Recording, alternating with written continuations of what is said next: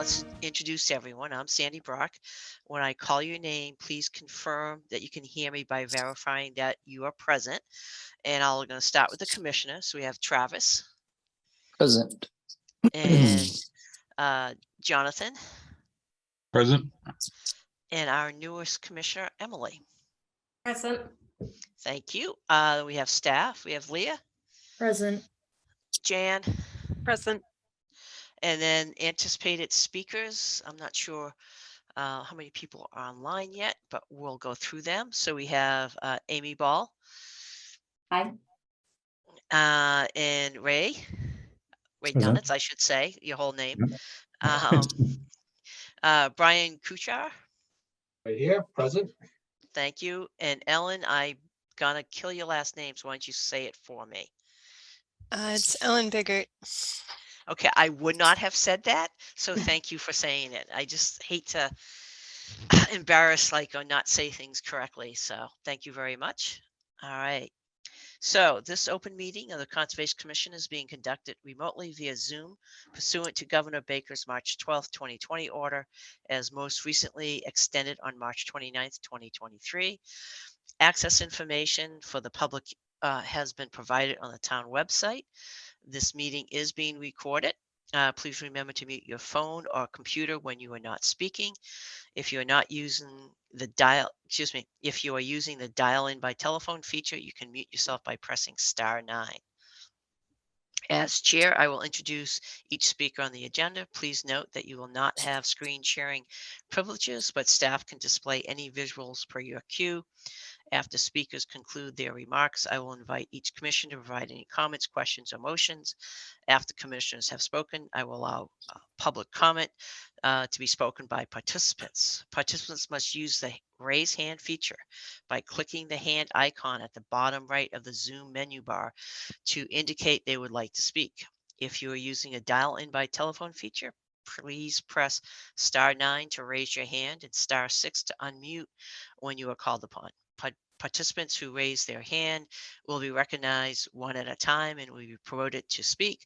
Public comments will be forwarded by the commissioner to the applicant's responses. Finally, each vote will be taken by roll call vote. As a reminder, the commission is concerned with state and town wetlands and stormwater regulations. Concerns outside these purview need to be addressed to the appropriate boards. For example, road condition must be addressed to the select board and traffic concerns must be addressed with the planning board.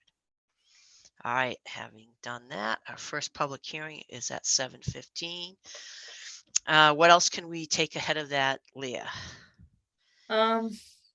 If you want to go right down the list of action items, we do have, I suspect we have in the attendees, somebody on from the Native Plant Trust, which is the second thing down. So if you want to just go down the list. Okay, Yeah, we'll do that. Now there was one other in the folder, there was one other meeting minutes. Are we going to talk about that one? Or is that the really old one, the 2013 one? So there should be March 21 and April 4. Are they both there? They're both there, but I'm talking about the one that was older. Yeah, that pertains to the first discussion item for Summerfield. Okay, so so that is in that discussion. Okay, so let's start off. Hopefully everyone has had an opportunity to read the minutes for March 21st and April 4th. So as far as Emily goes, this is your first meeting. You're brand new. If you do not feel comfortable, and actually I don't think you should be voting on these meeting minutes, when I call your name, just say you're abstaining, or so that we can, because I'll forget that you're not voting on this and still call your name. Before we get going, probably want to take a little bit of a back step and welcome Emily. She is our newest commissioner. If you would like to give a 30-second, why you joined the commission and your background, and I think everyone would appreciate that. So absolutely. Hi everyone. I moved to Grafton about 2.5 years ago and felt like now is a really good time to start to get involved in the community. I'm really big on conservation in general and how we can better protect our planet. So I thought that this was a good first step to being involved in the community. I work half from home and half from Cambridge. I'm the Associate Director of Digital Lab Innovation at Foundation Medicine. All right, great. Thank you. And a very big welcome and thank you for participating and joining and kind of doing your civic duty. So thank you on that. So for this first meeting, we only have one public hearing, so you'll be hearing it and you've been sworn in, so you can actually ask questions, do whatever you feel comfortable with. Just kind of, if you don't understand something, you can just ask and we'll make sure you're up to speed on it. And if you don't feel comfortable about voting on it, don't feel like you have to vote on it being your first meeting. So, and we can catch up at another time on other things. So, Great. so so we typically just start off with action items. The first one is usually pretty straightforward. It is the meeting minutes. They are sent to us ahead of time. Our staff is always very good at all this. So I will ask the commissioners and I'll do a quick roll call. If anyone has any questions or comments on the meeting minutes. And so Travis, you're a nice and big picture in front of me. Anything? Nope, no questions. Jonathan? Nope, no questions. And Emily, if you have questions, feel free to ask them, but we're not going to, we're going to kind of move on this pretty quickly. So do I have a motion and a second for the meeting minutes for both of them? Yeah, I'll make a motion. Oh, go ahead, John. Go ahead. I'll make a motion to approve the March 21st and April 4th meeting minutes. Do I have a second? I'll second it. Great. We have a motion and a second. Roll call vote. Jonathan? Yes. Travis? Yes. And Emily? I abstain. And I am also a yes. The motion carries. They're approved. So second up, Leah, is the authorization for the Great Meadow Conservation Area, and that's by the Native Plant Trust. Yep. Would you like to fill us in, or would you like them to? Sure, I can. They're looking to conduct a survey for bog willows. And so it's going to be pretty small, 2 cars, 3 people. We just about only have room for 2 cars at Great Meadow, so that's perfect. That's all I have on that one. They have raised their hand. So if they have anything to add, feel free. Good evening. Yes, my name is Micah Jasny. I'm the Botanical Coordinator with Native Plant Trust. In 1991, we created the New England Plant Conservation Program. We partner with natural heritage programs around New England to assist in monitoring rare plant populations throughout the region. The purpose of these surveys is to gather data and provide it to the states to inform in listing and conservation decisions.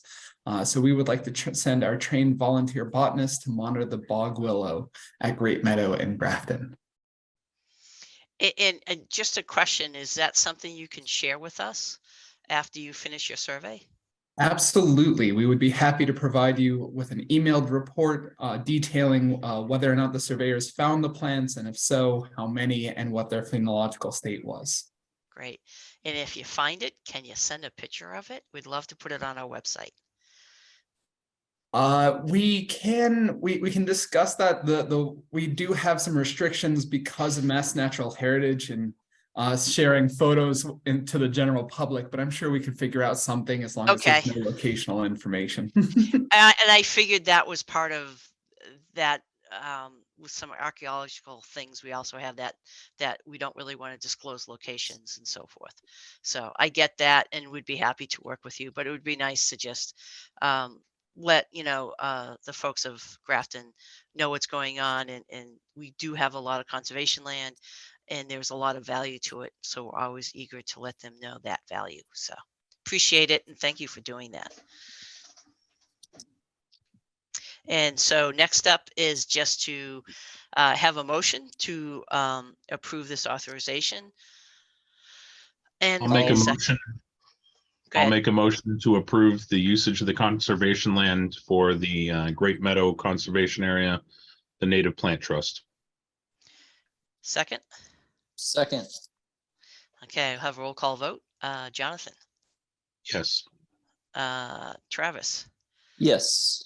And Emily, feel free if you want to vote yay or nay on this. Yes. I am also a yes. Motion carries. Okay. Leah, any of the certificate of compliances are fairly straightforward? Well, I can make the announcement we keep making that 114 Miriam Road and 6 Magnolia Lane, we need a bump again to May 16. I do know that they're both working on the documents that we need from them. So Okay, so hopefully we can that's- wrap that yeah. up. So 6 Magnolia and 114 Miriam. Okay. And then 88 Worcester Street is quick. That's the old gas station. Okay. They didn't start any work under this order, and they're looking to probably file a new NOI in the near future. So they're looking to close this one out first. Okay, so we're looking to have a motion to close it out based on the Can- fact that no work was done. I have a Correct. question on that one. Is that the site where they still have the silt fence up? Sure is. It's been up for like a year or two, maybe longer. Yeah. And there are a lot of really nice wetlands surrounding that property. And I just So- wonder if we could ask them to remove it. Jan, is that the one you and I were chatting about and they mentioned that, or was that? Am I remembering that correctly? I'm not sure if they mentioned it. Okay.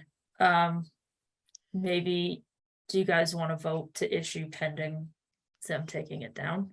Yes, so basically the only thing they've done is put up silt fence. Correct. Yeah. Okay. And a lot of So- it's fallen down. So if they go back for an NOI, I assume they'd have to reinstall it. Redo it, okay. So. But if it's uh, years from now, Right, so I would agree with that.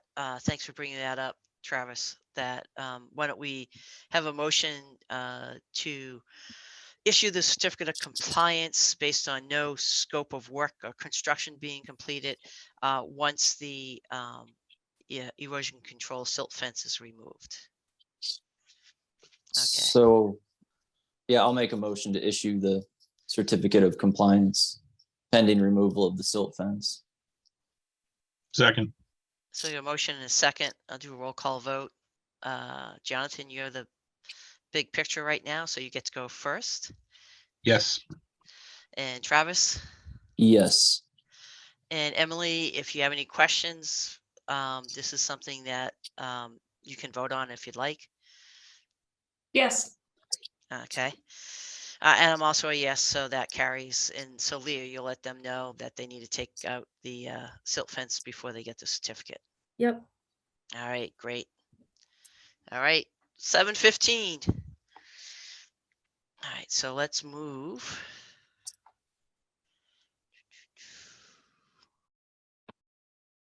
To our first public hearing. Okay, so pursuant to the Massachusetts Wetlands Protection Act, the Grafton Stormwater Management Bylaw, the Grafton Wetlands Protection Bylaw, Conservation Commission will hold a public hearing to act upon a notice of intent for application for Grafton Stormwater Bylaw permit, application for Grafton Wetlands Bylaw permit for the construction of the passive recreation park at 95 North Street. So who's going to take the lead on that presentation? Well, I can introduce us and then I'll pass it over to Ray Dennett, who's the prime designer here. Good Okay. evening. For the record, Amy Ball, I'm the senior ecologist with the Horsley Witten Group. I have my colleagues Brian Kuchar and Ellen Biggert with me, as well as Ray Dennett from RDLA, landscape architects. The project, do we have our slides that we could show? Yep, bring those up.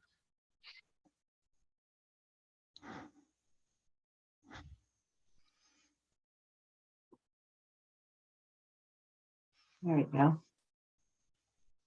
So as it's in the announcement, it is a passive recreation park at 95 North Street. It is, as I understand, the town's first proposed ADA accessible walking park on a parcel of land that was received by the Conservation Commission in the recent past.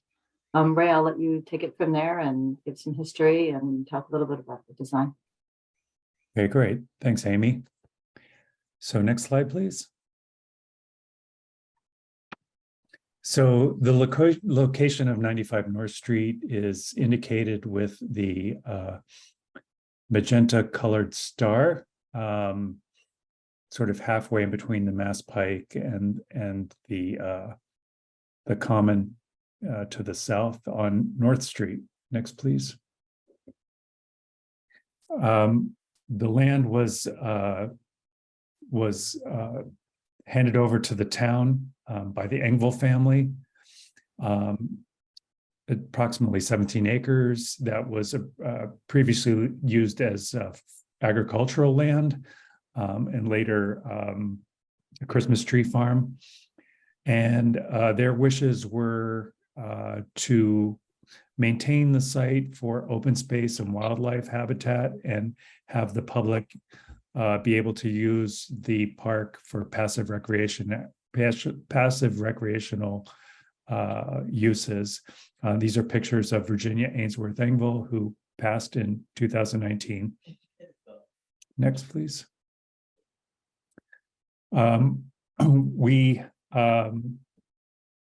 This is a diagram of the site itself, indicating locations of existing wetlands, the farmhouse, which is not on our property, the Christmas tree farm, Orchard Road, and a very large, healthy woodland to the south, with a border walk and a wetland sort of to the east of that parcel. Next, please. Through an iterative process, working with the community, our design team developed a master plan for this park, and basically has as Amy had mentioned, an accessible ADA accessible walking path, new shade shelter, parking for 8 or 9 cars, some boardwalks that traverse the wetlands, and then some regular informal trails that stem off of that accessible walk that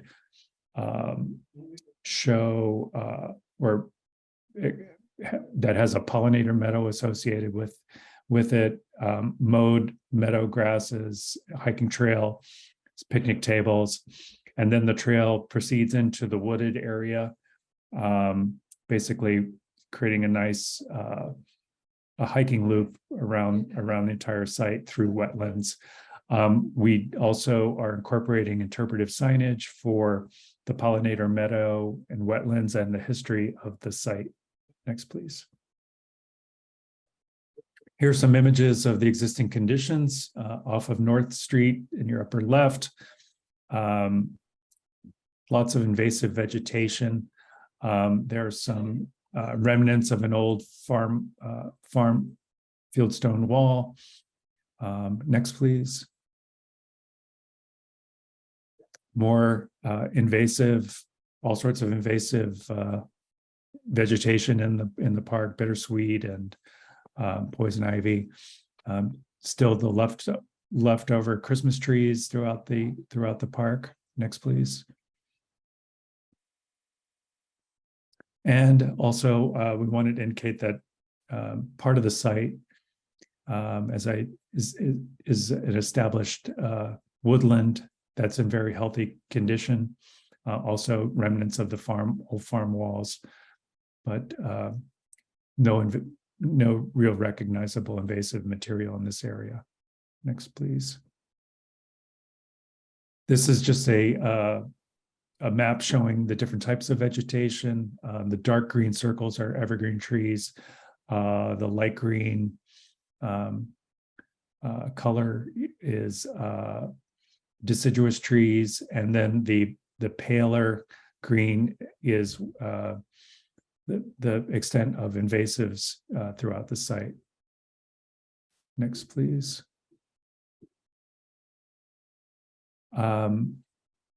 Also, as I mentioned before, the site does have wetlands, is one of the reasons why we're here tonight. The green area shows the 100-foot buffer off the wetland. The wetlands were delineated by a previous consultant. Those are shown in the dark green. And then the remainder of the site is upland territory. Next, please. So with this, I'll turn it over to our engineers and ecologists at Horsley Witten. I think Brian is up Yeah, next. Brian, do you want to take this? Sure. So this is a blow up of the entire project, in more advanced design than the master plan that Ray presented a little earlier. As you can see in the green outer line, that's the 100-foot buffer zone. The lighter cyan highlight line around the two wetlands is the 25-foot no disturbance buffer area. As Ray mentioned, we are providing ADA pathways with the stone dust surface, a pavilion, which you can see in the upper right corner, a play area, very small mulched play area, and the necessary parking to accommodate potential visitors to this site. And I just want to also point out that the remainder of the parcel, which is the bottom half, if you kind of look at this, is divided into two sections, a southern portion and a northern portion. The southern portion is really very loosely designed, and the remainder will be pathways that would be earthen surface, and they would match existing grades. And the final locations of that path would be field located and created by volunteers. And then this would be a collaborative approach on the construction of this particular park, where I think there is some shared town manpower, as well as a portion of this that would go out to public bid. Next slide, please. This is a blow up of the more developed park area.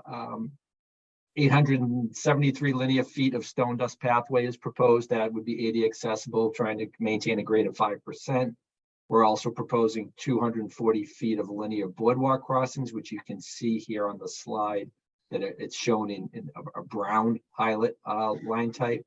And you can see the pavilion now in a little more detail, sort of in the upper portion of your screen.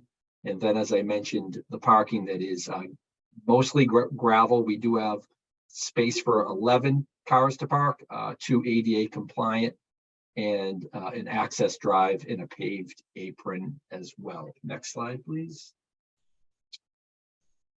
And this is just a blow up of the parking area where the main focus of the stormwater management would occur. The soils in the high water, we do have C and D soils out at this site in a high water table, around 2 feet below grade. So that those do present some challenges, but the stormwater management is designed to meet the standards by collecting runoff from the pathways and the parking lot and the pavilion through vegetated swale and 2 forebays that are designed to capture that stormwater runoff as it flows off the parking surface.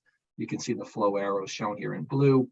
We also provide a small swale at the entrance to collect stormwater runoff at that paved apron to prevent runoff from draining out towards the road. And that's collected in both the parking lot and the apron. The stormwater is then collected in these small pocket constructed wetlands that then overflow into the existing wetland. We also are providing, you can see here on the plan, a 6-foot wide embedded culvert, which is required to provide the 20-foot wide access drive that Ray had mentioned earlier from North Street to allow people into the parking lot. This is designed to meet the stream crossing standards as well. Again, as I mentioned, challenging site, but I think we've done a nice job here trying to accommodate the needs of the town and allow people access to this really wonderful site within the community. Next slide. I think I'm going to turn it over to Amy. So why are we really here? We have a proposed wetland crossing as the access drive off North Street, and then we have 2 boardwalk crossings. The project was filed as a limited project under 2 different provisions. The one for the access driveway was for the 310 CMR 10.533E, and for the elevated boardwalk within the wetland areas under 3J.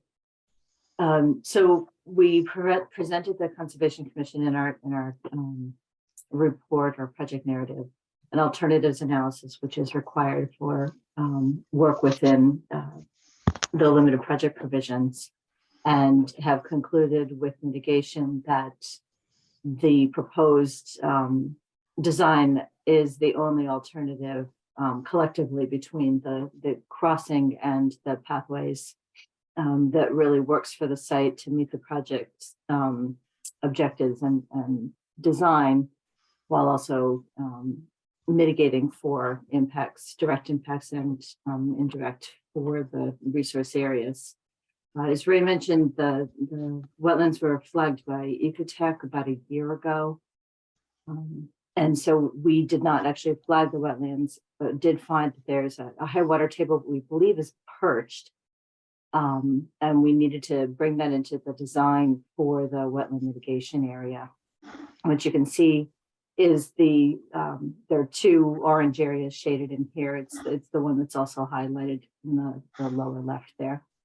We'll provide about a 1.2 to 1 ratio that will mitigate for direct alterations to the BBW, as well as impacts to the isolated wetland, which is that larger green wetland in the central portion of the site here. The wetland mitigation area is designed to meet the brand new standards that DEP just released for the wetland mitigation.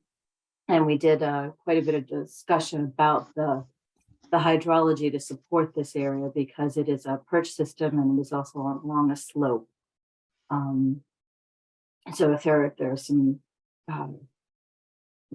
fairly extensive discussion in our project narrative about how we arrived at the elevation to support a woodland plant community.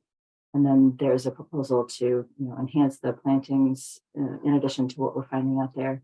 And of course, there's going to be a long-term monitoring plan that will also involve keeping an eye out for non-native species.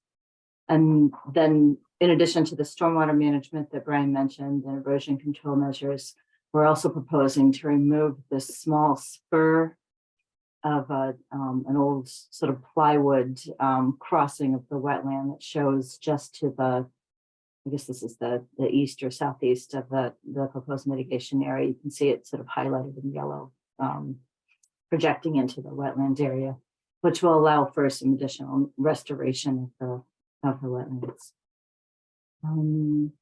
Other temporary alterations are going to be mitigated through the use of helical piles, so we're minimizing the direct impacts to the resource areas, and then including a native wetland plant mix to restore any temporary alterations associated with the construction. I think next slide. So this is just a copy of the table that was provided in the narrative. We've identified both permanent and temporary alterations within the resource areas, including BBW and isolated vegetated wetland. The 25-foot no disturb buffer under the bylaw and 100-foot buffer zone, as well as the impacts to the inland bank, which are mitigated through the provision of the stream crossing standards, so that there's enough openness ratio and allow for unobstructed wildlife passage and flow beneath the proposed access driveway. Next. As I mentioned, we did file this under 2 limited projects. And then for work within the 25 no disturb zone, and this is a point we probably want to have a discussion with the commission, we have requested a waiver for the provision to allow for the crossing of both the access driveway and the pathways, and feel that we've presented a good argument for this public project to allow it to move forward. Next. And then I guess I got ahead of myself here. We also have we mentioned the wetland replacement area and the stormwater management and erosion and sedimentation control. I think that is the last slide.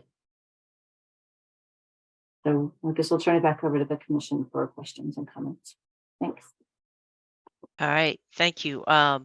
Just to give a little bit more of the background and the actual involvement of the Conservation Commission and the Conservation Commission staff, just want to make that just be transparent about it. So yes, this parcel of land was donated by the previous owners to the town through the family based on their mother's wishes. And so we had gone through a little bit of a process and inquiring that and looking and doing a 21E, which was done by the town and by the Conservation Commission. It was then, the land donation was then went to the select board, and then it was voted on and so forth. And so the town acquired it. If you noticed on one of the plans, there are some frontage lots that used to be part of the tree farm, but is now actually separate lots.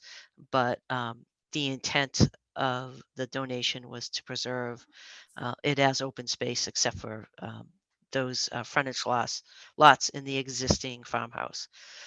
And Leah, correct me if I go in the wrong direction at any one point. So once the town acquired it officially and had accepted the donation, there was a process of going through some funding and getting funding from various locations.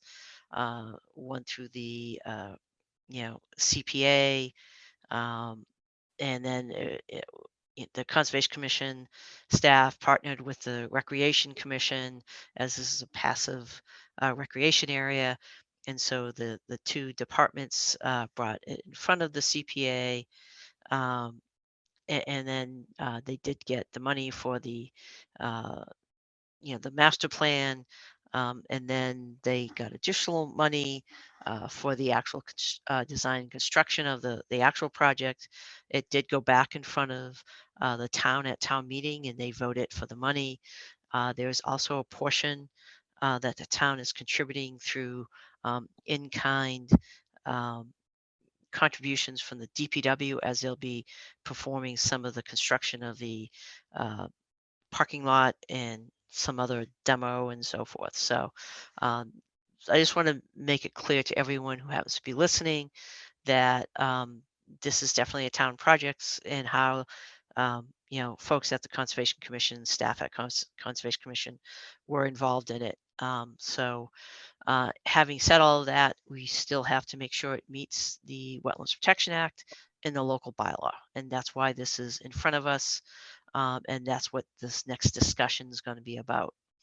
And so, first of all, we'll go through this. Went through a peer review, through our regular peer review, and we have a couple comments there. We'll go around to all the commissioners to see if they have any questions. There are a few things that we need to decide on as far as the waiver request for the work within the no disturb zone. The first 25 feet from the wetlands. We also have to make sure that we have findings regarding the limited project per the two sections that were previously stated in the presentation.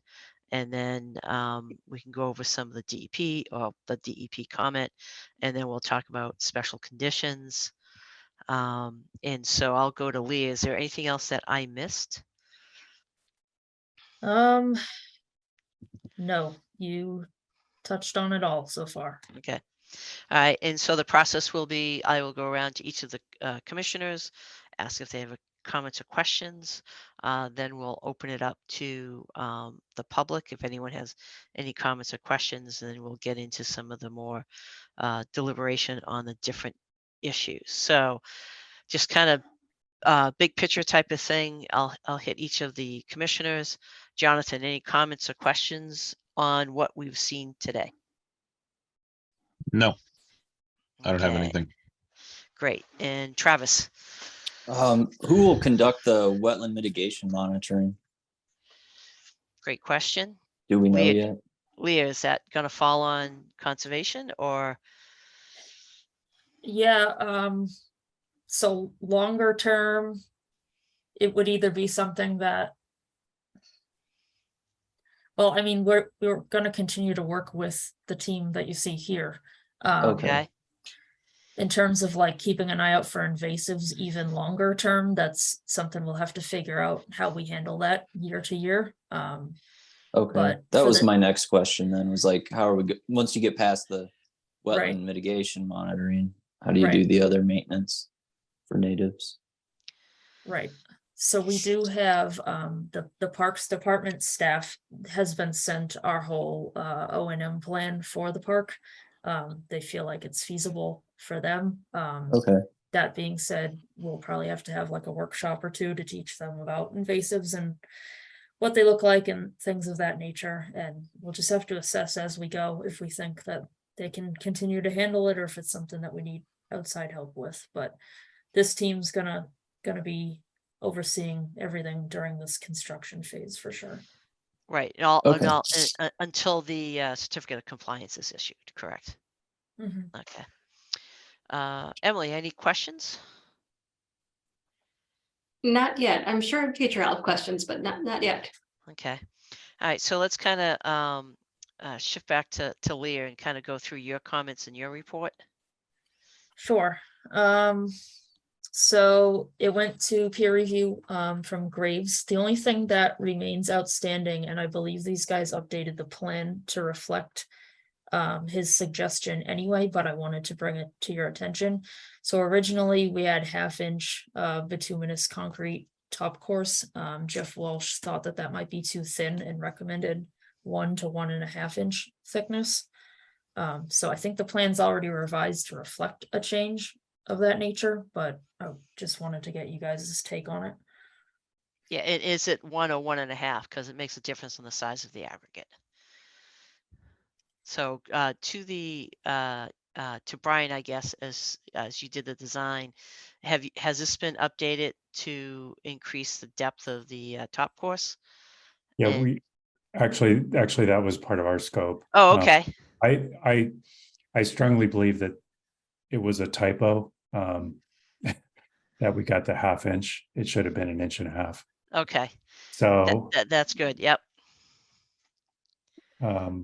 we corrected that, and that we did submit a set of revised plans with the revision block Okay. dated for yesterday or today. All right. Thank you for that. Leah, next. I suggest we have a finding, as you mentioned, citing the 2 limited project provisions. We need to do a vote on the waiver request. The only DEP comment was just that they confirmed a 401 water quality certification isn't required. If our impacts increased, we'd have to recheck that with them. But Okay. we don't need one as proposed. And then I had a suggested special condition just about snow management and not pushing it into the stormwater facilities and cleaning up any sand and litter left after the snow melts so that doesn't end up in the system either. Is the town planning to plow? Yes. Okay. All right. And yeah, that should actually where I guess Jan, if you could just bring up probably the close up of the driveway and the parking lot just to kind of look at it because I agree with your proposed condition, Leah. I just want to see on the plan if there's any place to do that. Sure.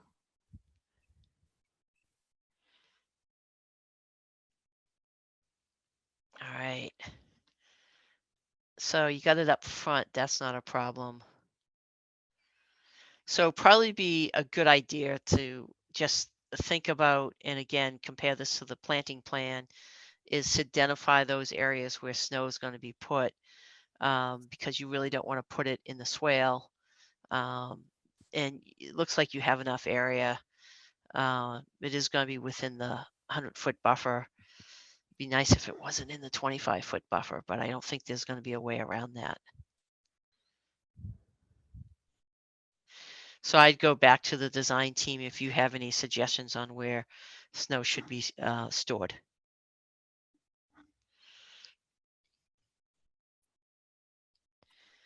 Yeah, I think based upon the the layout and the design and trying to keep it outside of the 25 is going to be the real challenge, just because we're up against the property line to the north, and the area between the two wetlands, sort of at the bottom of the page, looks like one potential opportunity. And then obviously just to the southeast of the pavilion would be another location, but we then have the access point. So yeah, I think those, I would agree with your comment that to stay out of the 25 is going to be a challenge.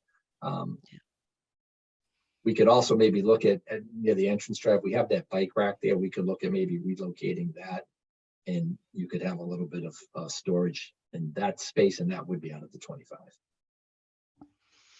And I think that's something that could be explored, and I think we could take care of that in a condition, as opposed to at this point saying that we would have to come back on that one.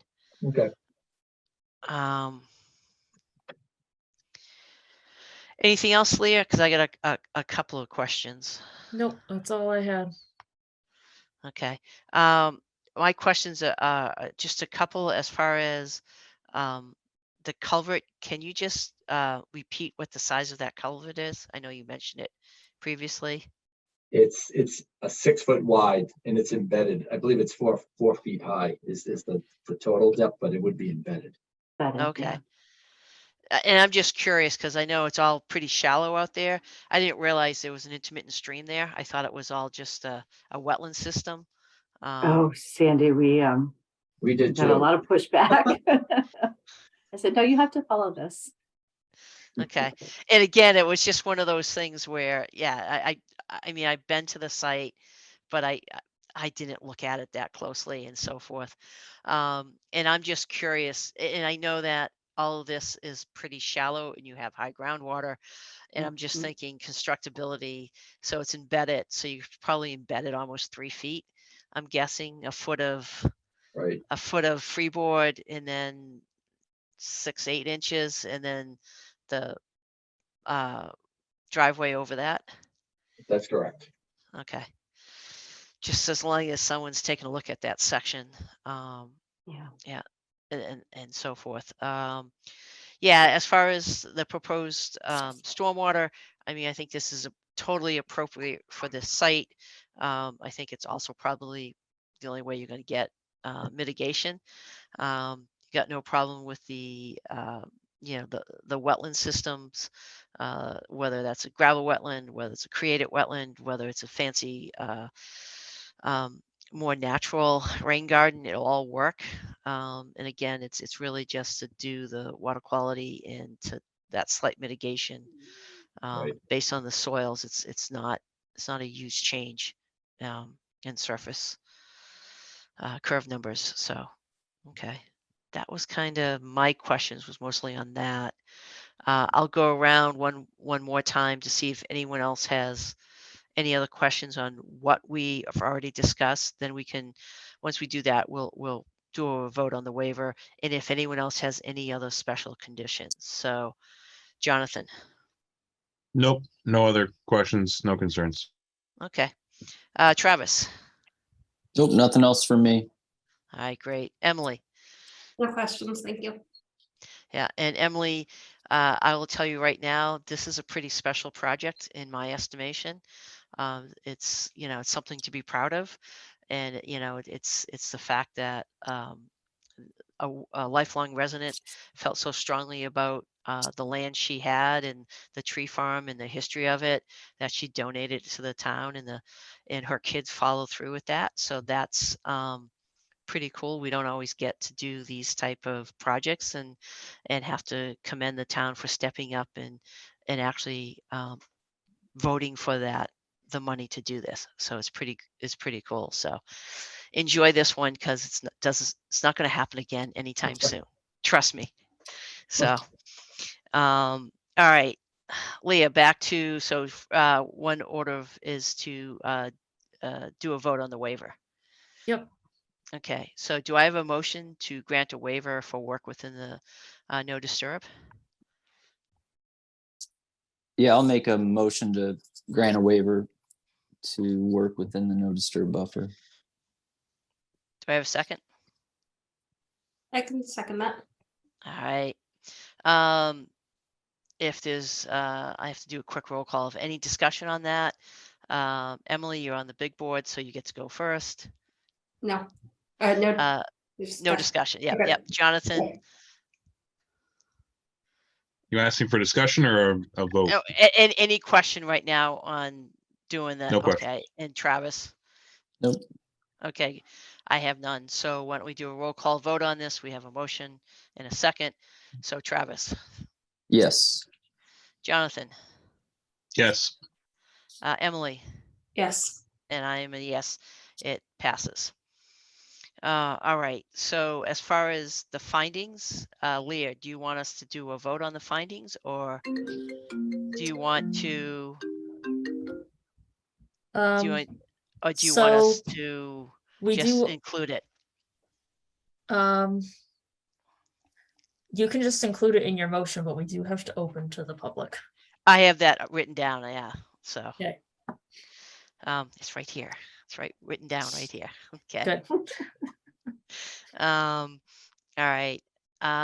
So why don't I open it up to the public? I do not know how many folks we have online, but as far as the public goes, if you have any questions or comments, please feel free to raise your hand.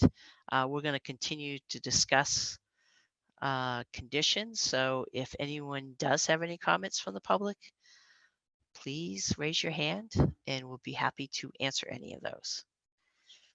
All right. So other than a special condition around the snow, and I think we could, you know, add a little bit to your proposed condition to just to kind of give the design team a little bit of, you know, room to say, hey, if we move the bike rack, we can actually have an area outside the 25 foot. But Okay. other than that, I don't see anything else in this condition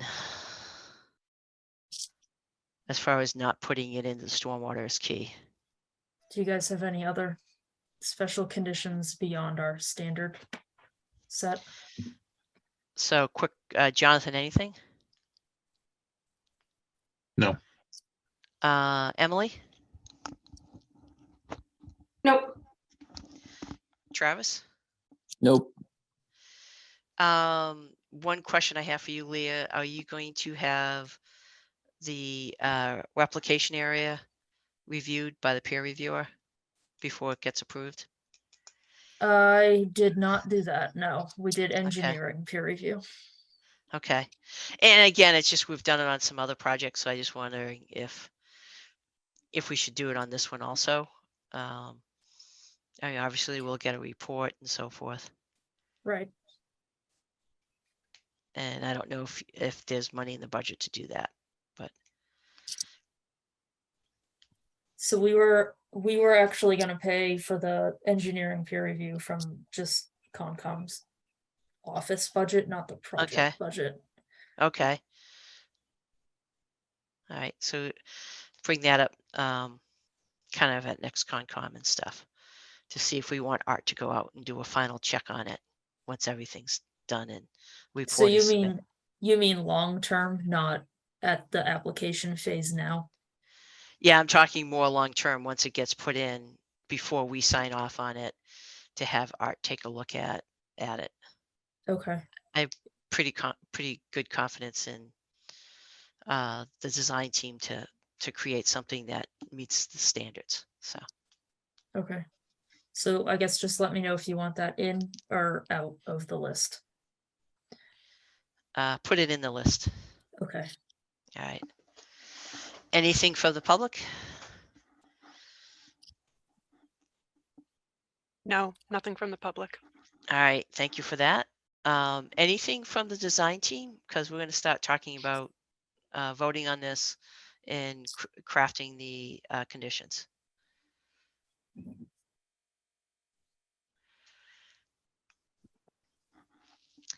I'm going to take that silence as you have no comments or questions at this point. No comments. Okay. So, Leah, as far as special conditions go, we have uh, the conditioners regarding snow plowing in a snow storage area, and a condition in there that the applicant would review the location of the bike rack to provide more snow storage area outside the 25-foot zone. And then basically the rest of it is as you already have written it. I would have a condition in there that we have our wetlands peer reviewer take a look prior to acceptance of the replication area. And then another one is that as part of the motion, we would make a finding that this notice of intent does meet the limited project per the sections listed here. And am I missing anything else? Nope, Leah? that's it. That's it. Absolutely great. So who wants to take a shot at that motion? I'll make a motion to close the hearing and approve the project as a limited project for 310 CMR 10533E and 310 CMR 10533J. Okay. Incorporate the special conditions as well. I don't think I said that one. Yeah, but you can just say as discussed. As discussed. Yeah. Having that.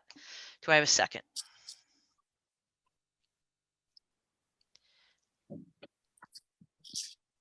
I'll second it. All right. Jonathan seconded it. Motion is second. Roll call vote. Jonathan. Yes. Travis. Yes. Emily. Yes. I am also an enthusiastic yes. So thanks everyone.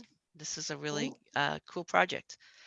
The first ADA accessible park that I know of, at least it's definitely in Grafton, but in the area, I don't know of any others. So that's very nice. And also, as far as the naming of this goes, is that a separate discussion, Leah?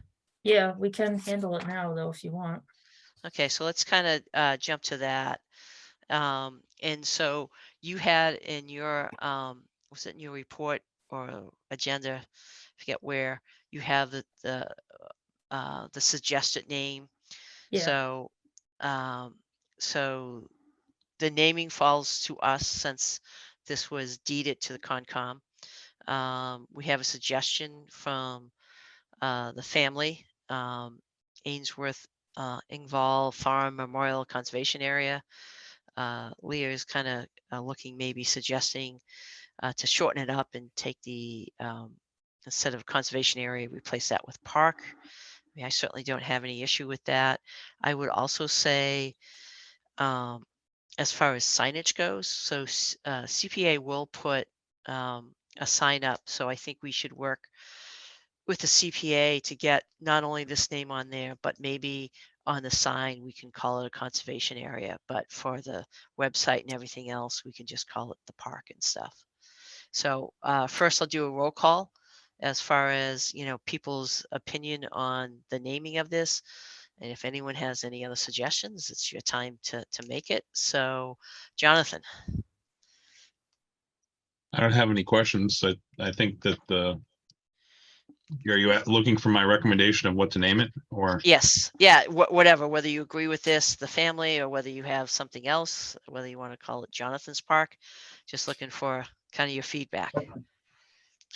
No, I think it's a gift. It's a gift to the town from the family, and in memory of their family members, and I think it's very fitting to name it appropriately in that regard. I don't see it shouldn't be called Grafton Park #2 or something. It should be specifically named for the family that donated, that's been around in Grafton for a long time. So absolutely. Travis, anything else, or if you're making what would your recommendation be? I'm good with the agent's recommendation. That's I think great. that's good. All right, Emily. I'm good with the recommended name. Yep, I am also good with that. And we need to vote on that, correct? Correct. I have one question for you first, Sure. though, Sandy. Does the reference to CPA funds, I always have to think if it's CPA or CPC. Can that Right. go on the main sign to the park, like how on other signs we have like a reference to the land and water fund or whatever, or is it its own sign? So I do not think we need the two signs. So I know CPC has a standard sign that they like to put out. I think we could work with CPC to come up with a single sign that has everything on it, and then we can figure out, because CPC will pay for their sign. So maybe we can, I mean, they have a pretty nice sign, but maybe we can work with them on what that sign should look like and only have a single sign instead of two. But the Okay. key thing that CPC wants on it is a line that says it's funded by CPC. Right. So a follow-up question is, who do I now talk to? Is Joanne still on board or no? Say that again, as far as Joanne Duncan, she's still on board with you guys or no? she has given her notice, but she isn't resigned yet. Okay, I'll So- bug her then before she Yeah. leaves. Okay, that would be very good because everything's going to fall apart when she leaves. Okay. But and then of course the next meeting I can bring it up too. So All right, thank you. okay. All right. So having said that, let's now just make have a motion to actually vote on the name. So do I have a motion on the naming of this park?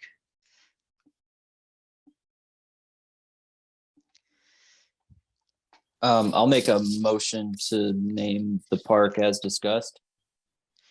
All right. And do I have a second? I'll second that. All right. So motion and a second. So roll call vote. Emily, Yes. Jonathan, Yes. Travis. Yes. I am also a yes. Awesome. Anything else for 95 North Street? No, Oops, that'll sorry. do it for those guys. Thank you very much, everybody. Yep. Thank you. Thank you. Have a Thank good you. evening. Thank you, too. everyone. And I Thank just you want very to the chairman's comments that it is a really wonderful place. And if you haven't been out there, you should definitely take a walk, even before we do the work, especially the woodland area. It's really nice. Thank you very much. Thanks, everyone. All Have a right. good night. Bye-bye. Okay. So, all right. No other public hearings. So No, but did I cut off a question, Emily? Did you have a question for I us? was just gonna ask if we know when the park's gonna open. So we are aiming to start construction June, July, and hopefully, cross your fingers, it'll be done the end of this calendar year. Oh, wow, that's fast. Thank you. No problem. And we'll later on, Emily, after we close out this hearing, we'll have to know what your name of your pet is. Okay.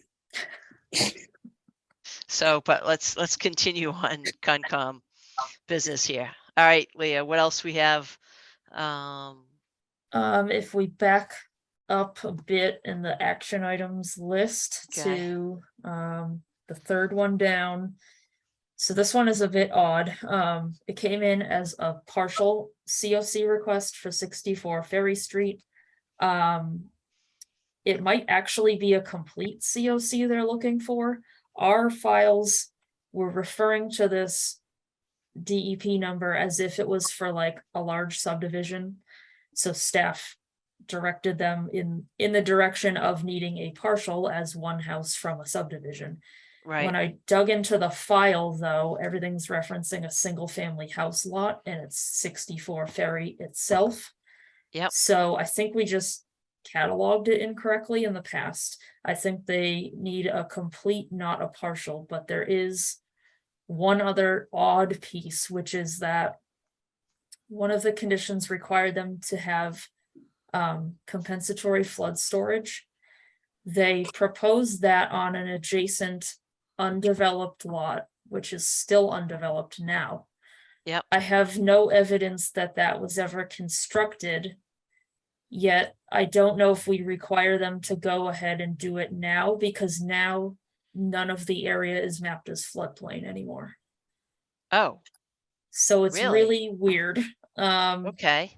They did have to maintain a 20-foot no disturb, which they did successfully. They have boulders in place, so that's well delineated. And there weren't really any other conditions. We didn't used to put a lot of conditions on things back then. So it's really just this odd flood storage piece. Jan, if you want to pull up GIS, and I can just like point out a couple things to them. Yeah, and I was just curious, was in the file, was there a flood map that showed that it was in an area of floodplain? I didn't spot one, and they did not quantify that on the NOI either. But the condition, the second of 3 conditions, said that they'll come back with a compensatory flood storage plan, and they did, and we have it in the folder. Right. But I don't see, I can't tell that it ever happened. We did ask the homeowner, they didn't know either. If you turn on the aerial, and then also wetlands is probably helpful. You got the FEMA flood zones on there. Yeah, and you can turn that on, but nothing shows up here. So the highlighted parcel is 64 Ferry Street. Yep. The compensatory flood storage was supposed to be on the parcel to the north, which is 60 Ferry Street, and it was kind of out in the rear, kind of around where the number 30 is. Okay. And there's a wetlands at the kind of near Ferry Street on that lot. Right. And there's, looks like some sort of intermittent stream. And, but you flicked on the flood, the FEMA flood zones, and there's nothing that comes. Yeah, I Yeah. did earlier. We can do it again now. Sometimes it takes a minute to load, but I mean, there's stuff like across the street, FEMA wise, but there's nothing shows up here. Okay. Yeah, It's I really, don't see really anything. weird. So that's way up there. Yeah. Okay, that is weird.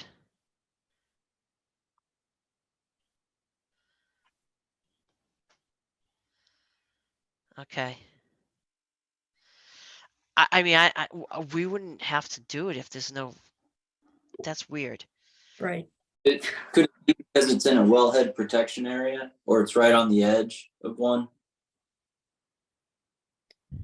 I think that would trigger something different, and I don't think we probably had the process that triggers now in place then. Okay. So I don't think so. When was this originally from?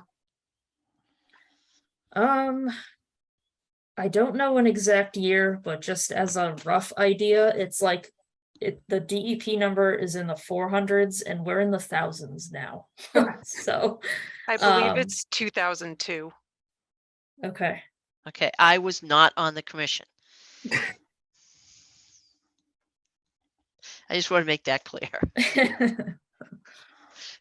Okay. I don't.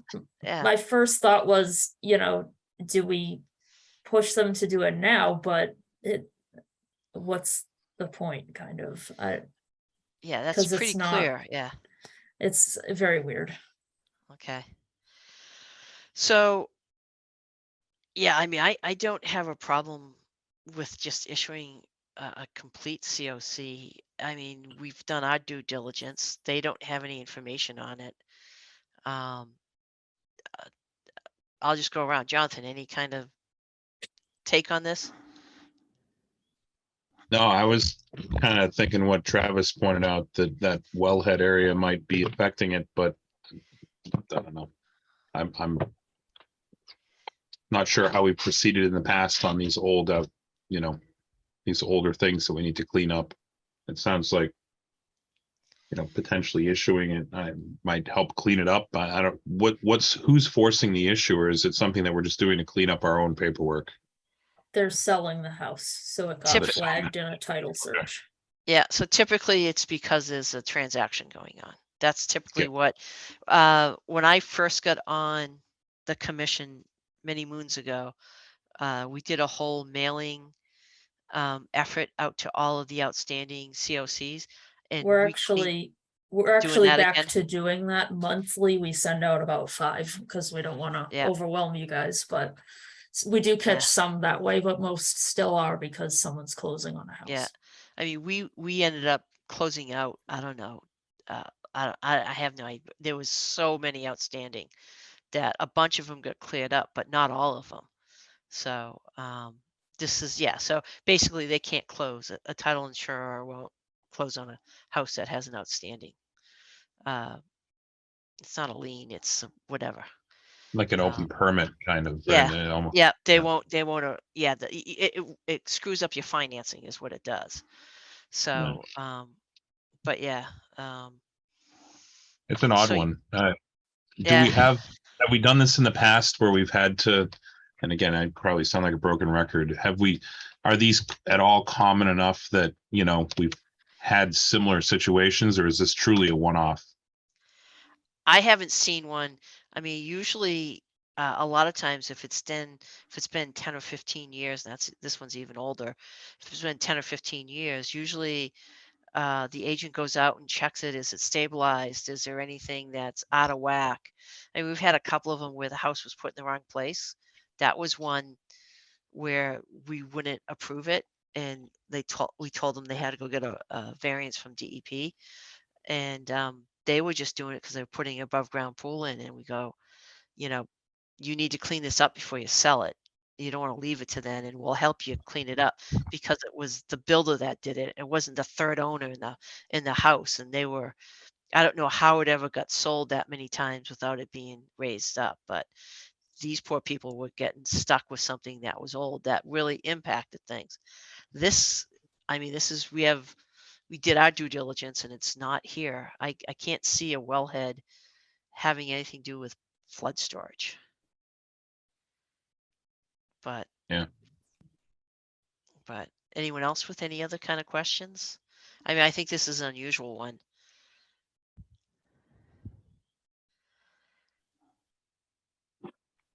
I mean, I guess my kind of take on it is, they met the 20-foot no disturb, and you don't compensate for flood storage if you have no floodplain on your lot. Right. We can kind of stick a finding of sorts on the document to clarify.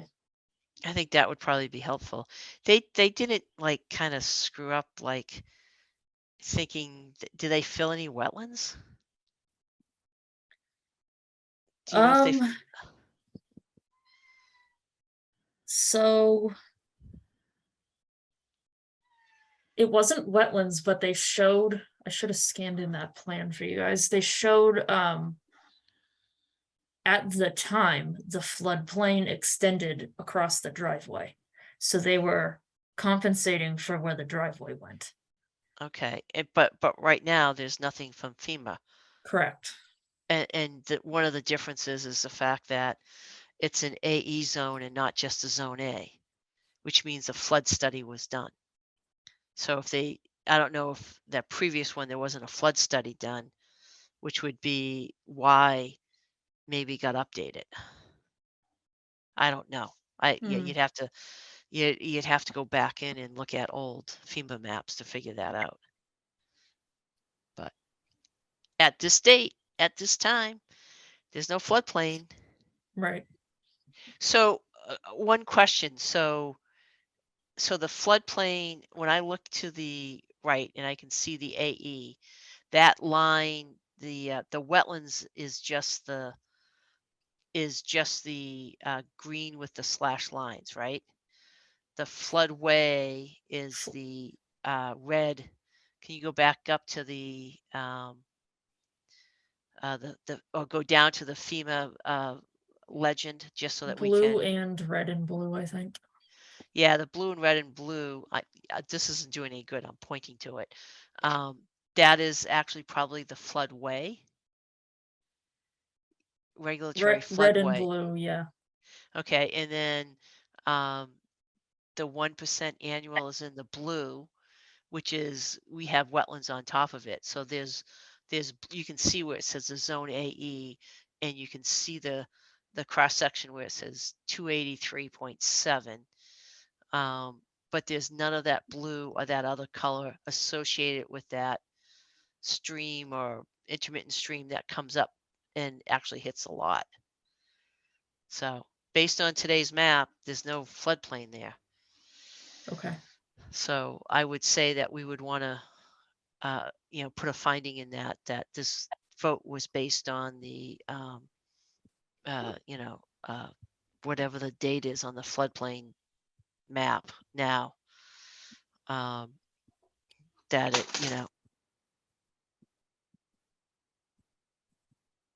Uh-oh. She broke the computer.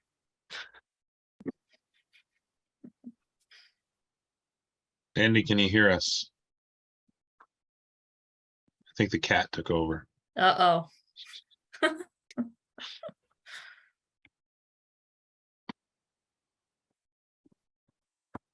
You probably can't vote on this or do any. Are you looking for a vote on this, Leah? Is that We're kind stuck. of? Yeah. Okay. Yeah, we need to vote. If we're gonna issue it, we need a vote to issue a complete COC. Well, I think we need to let Sandy come back and finish her thought then. Okay. We need some Jeopardy music.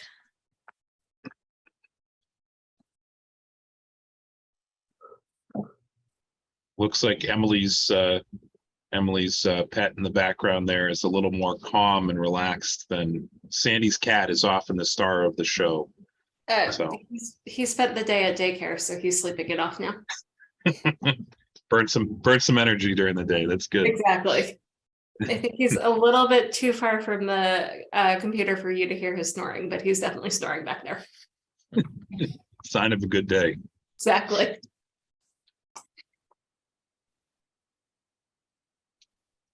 There's Sandy. can you guys hear me now? Yeah. Sorry, I don't know what the cat did. All I know is it was very Cat, like, successful. Mule kicked your mouse or mule kicked the camera or something, said, done with this call. I guess. Sorry about that. All right. So all I was saying is that we just do a finding that based on the current flood map, that there was no FEMA flood hazard zone on the site. So no compensation was required Okay. based on the current information. And then we can vote to issue the certificate of compliance. Got a motion on that?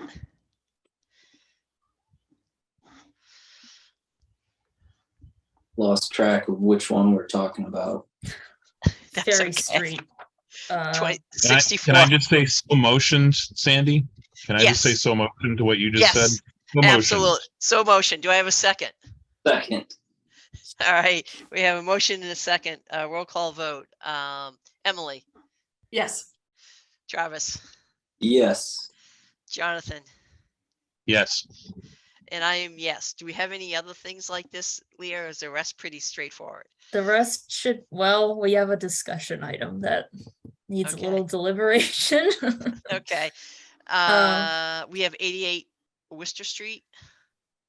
We did that one. That was the no work Oh, commenced okay, at the yep. gas station. 114's no, 64 is done. Native plant trust. Okay. All right. So we're on page 2, second thing down. Okay. So the town planner is applying for an MVP grant to help fund the reconstruction of George Hill Road. I'm sure you guys have probably heard about this. It's a pretty high Yep. profile project in town. So she's looking for letters of support from various boards and commissions. So if you guys would like to issue a letter of support, because the project would help, it's going to install stormwater infrastructure on a road that currently just has country drainage.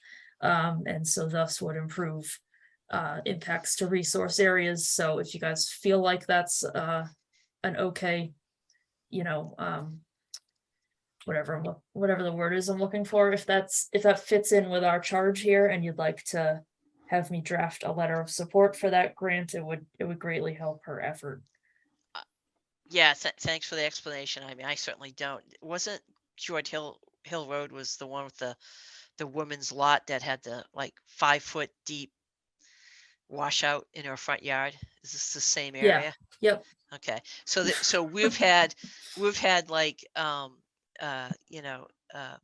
community members come in front of us because the stormwater was in such bad shape where they were washing their yard out. I mean, it looked actually really dangerous. So based on that if they're doing improvements to the stormwater and actually putting infrastructure in, I would be all for it, because just what you said, Leah, it's going to support our mission in protecting the wetlands.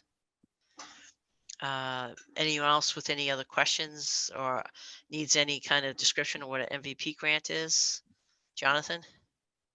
I don't know what an MVP grant is, but I'm assuming the word grant just means it's money that's coming to our Yeah. town from some other source that is good if it's helping not raise our taxes. So Sure. So the MVP is Municipal Vulnerability Preparedness. So basically, Grafton, they partner with someone else, and they partnered with 2 other towns. 2 towns, Millbury and Northbridge. Yeah. So this is a state program that recognize the issues of climate change and being, trying to assess vulnerability and providing a process for towns to do it, and also then the second phase of it. So you kind of have to go through this workshop and become part of the program. Most of the cities and towns in Massachusetts have done it. Now there's all these grant applications, and it is competitive. So from my perspective to what Jonathan said is, yes, they're getting money from the state to do this work. So it is competitive. So anything else that we can do would be helpful. So other questions, Travis? No questions. Okay. Emily? No questions. Okay. Do you need a vote on this, or? Yes, please. Okay, so can I have a motion to provide a letter of support for the MVP grant? Yeah, I'll make a motion to issue letter of support for the MVP grant. Second. A motion, a second. Roll call vote. Emily? Yes. Travis? Yes. And Jonathan? yes, Okay. All right, so that's pretty straightforward. Yep. We are on to discussion items. I will just note that we do have an attendee who's hanging out for something that isn't on the agenda, so I don't know if you want me to continue with our list or if you want to talk to her. I'll have her chime in. I mean, we got to go through all of them anyway, so Okay. she can, yep. Come first.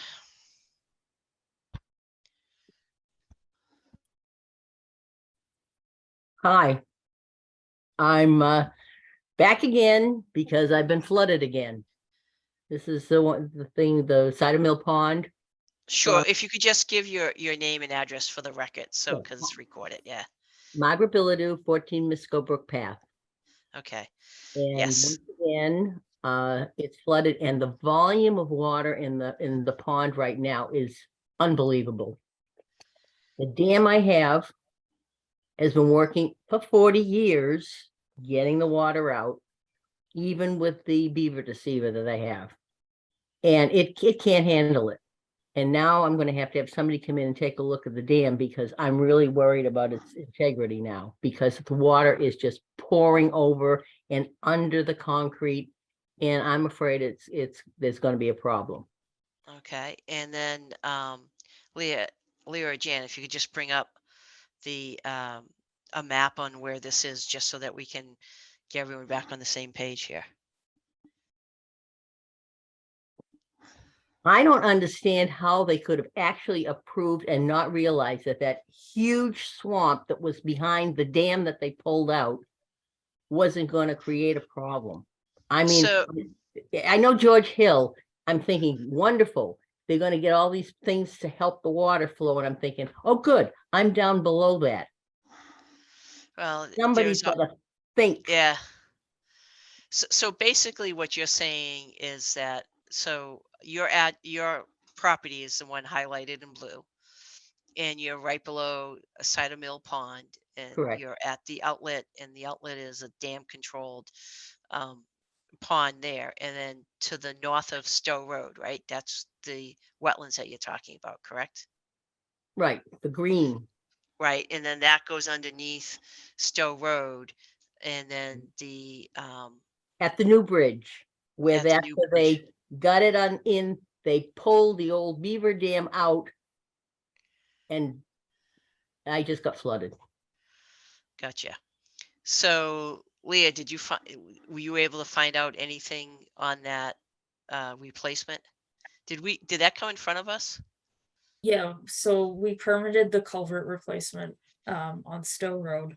The last time we talked about this, you guys gave me the direction to have Art from Ecotech check it out, give his feedback on it. Jan, Yep. if you happen to have that last report from him, I don't know if I had you throw that in there or not, but he said that the culvert's functioning as designed. At the time, he suspected maybe partial blockage to the beaver deceiver, which I think has since been removed. But his suspicion was not that it was related to the culvert project. That's as far as Excuse me, I hate to interrupt you because I'm really getting upset about this.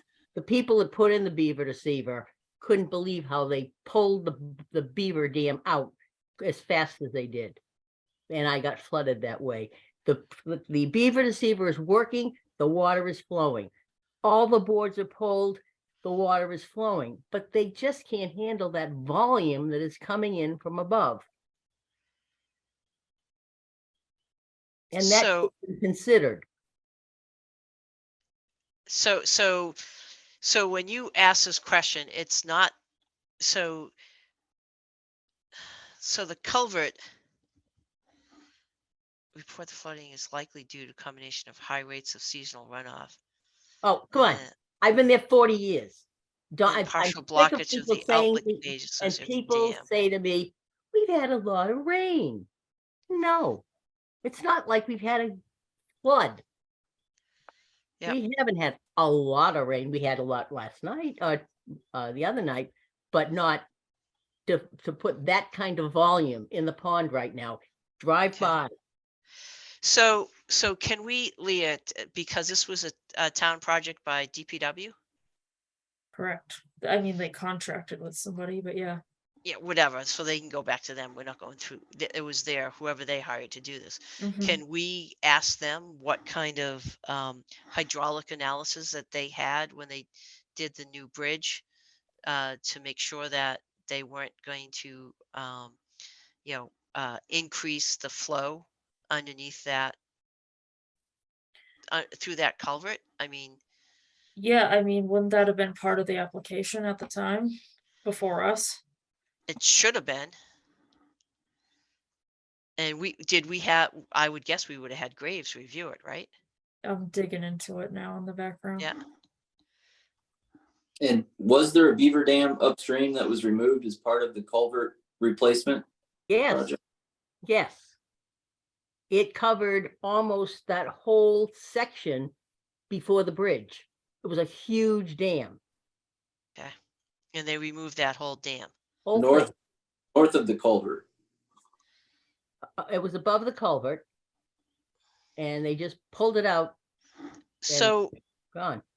Yeah, so one good thing that's an easy thing that we can do, which doesn't take us hiring anything or whatever, is to simply look at dated aerial photographs to see the change in the beaver dam. Just to understand if they took out a beaver dam, how much it was ponding behind it. Oh, it was the whole thing. It was huge. All the way over to Jordan's place and everything. It was huge. Okay, because that would be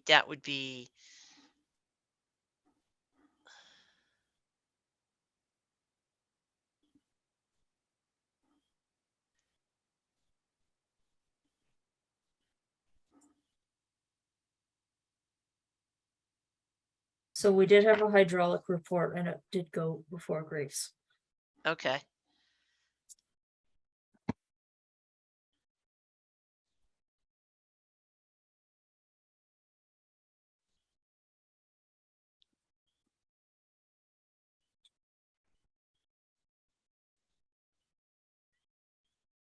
You have to come up and look. For this line to say, the culvert is not causing downstream flooding. That's where the water's coming from. And it's filling the pond. The Cider Mill Pond is huge. It's, I mean, the little dock that my neighbor has is almost completely submerged. So Leah, can we reach out to Graves and to ask them what they based on it, and did they take into consideration the fact that there was a beaver dam there and that beaver dam was removed? I can certainly ask that question. Yeah.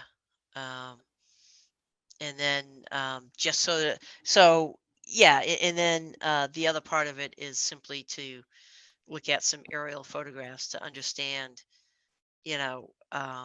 if there was a large beaver dam there, then it would be pretty evident in an aerial.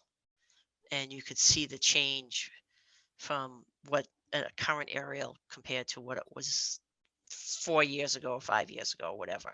Oh, because it's beautiful and that's pristine. It's gorgeous. What's pristine? The place where the dam used to be. I went up and took pictures. I should have taken pictures ahead of time. However, I do know people do have pictures of that, and they have pictures of my area as well. Right. Well, I think it would be helpful if you kind of collected those photos, and then we need to go back to DPW and because yes, it came through our commission and we reviewed based on what we had, but they're the ones who actually did the work. So we need to go back to DPW to say like, hey, there's a problem downstream. Have you talked to DPW, Leah? I have, I believe Margaret has as well. I don't know if they've said anything recently. I know when this first came up, they suspected beaver related stuff too. I don't know if they ever like reached a concrete answer as to what. You know, Brian just said to me, we've had a lot of rain.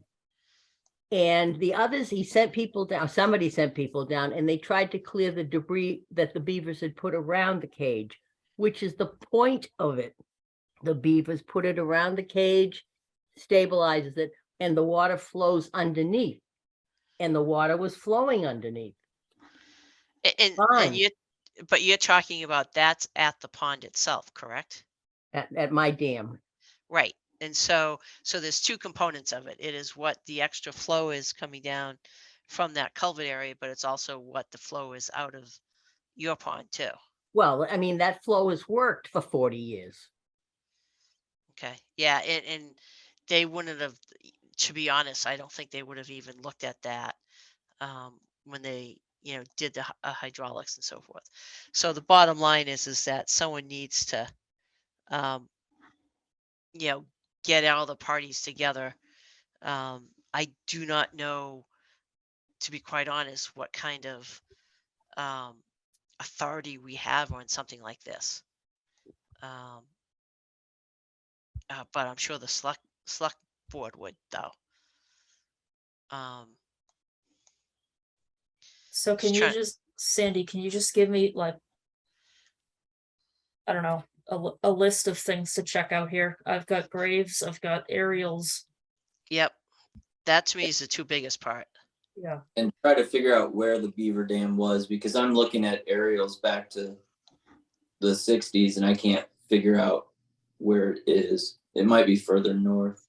I believe the one that she's talking about is right at the bridge itself, like right adjacent to the road.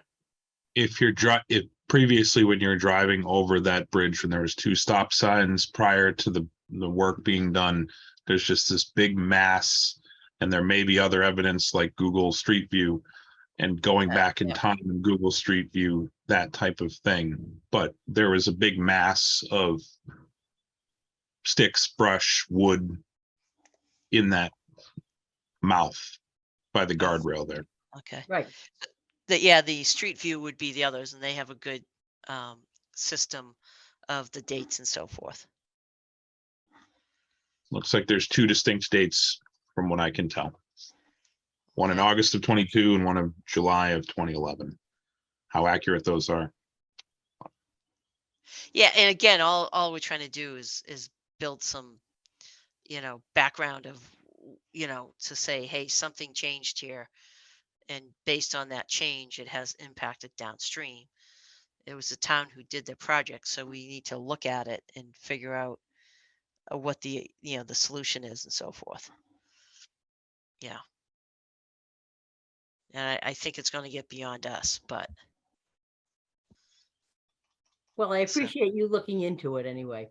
I will right. be, I'll be keeping on this. Yep. No, I understand. That's what you should do. But yeah, Leah, we can. Yeah, if you have any questions, we can chat at a different time. Okay.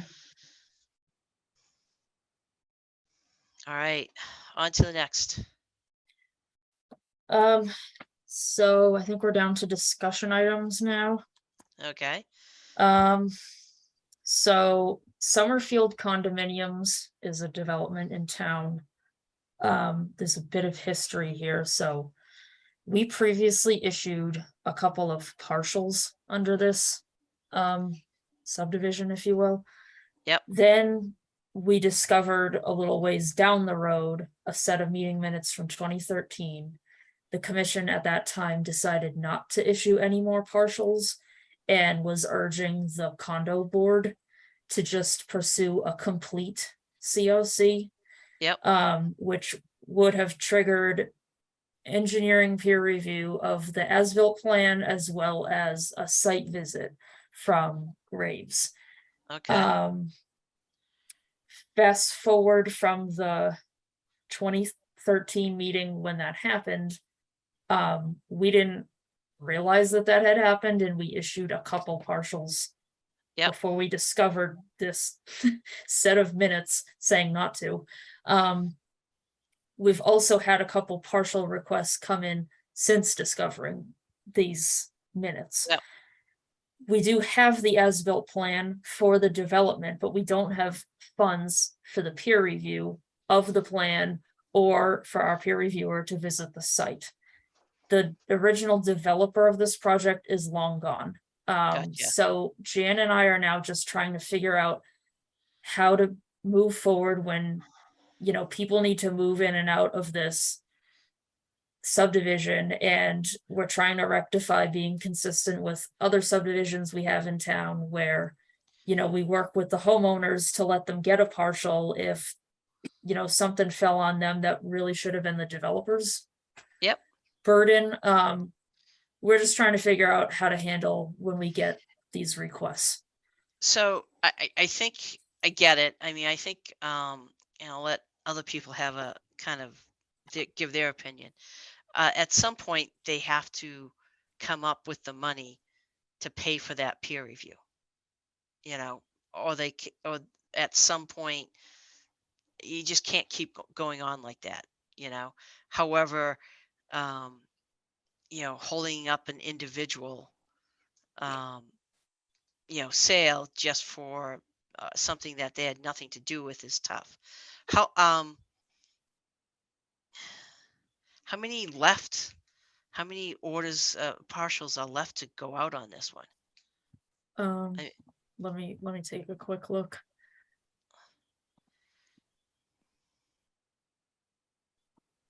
Probably a decent amount though, because I think we've only issued about 4.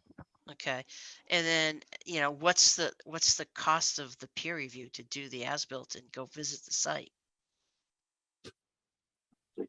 Jeff came out with the proposal last year when this first started popping up of $1,400.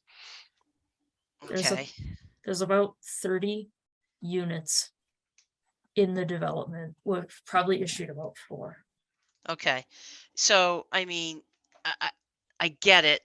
You hate to penalize one person, but we need to give them a date to say, listen, it's whatever the X amount is, $1,500, $2,000 to do this. And, you know, you guys need to plan to do this, and you can't keep coming back for each individual one. Otherwise, the other thing is that, so let's just use a round number of 30 people. What does it cost to do a complete COC for the whole? What does it cost every single time someone does an individual COC? What does it cost them? Yeah. Is there a Nothing. fee? So we don't have a fee for COC. Okay. No. Only if it's a retry. Right. Okay. So I was just thinking that if it was a $25 cost or something, Yeah. I don't know. Anyone else have any thoughts on this or understand what's going on? Travis, Jonathan? So it's a condo, but it's under Yeah. individual. There's not like an HOA or anything.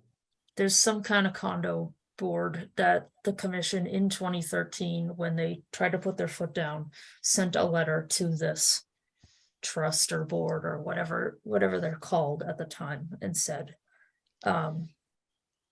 we have your as-built plan, but we need peer review funds to dot our I's and cross our T's, and they never moved And at that forward time, on it was probably $500 or $800. Yeah. Now it's double the cost. My quick Google search, it looks like it's a 55+ community. It's a choice of what their condo association spends their money on. You hate to penalize one person because there'll always be that person that when we draw the line. So somehow give them notification to say, that's it. We're not doing any more. You need to figure out a way to come up with this money to close this out. Yeah. you know. So if we have like 2 who have been inquiring Yep. recently, do you want us to move on the 2 and put them on an agenda and also send that letter, or don't move on the 2 at all and just send the letter? What do people think on that? And the reason they're getting a partial is because they're going to sell their unit, Right. I'm guessing. Yep.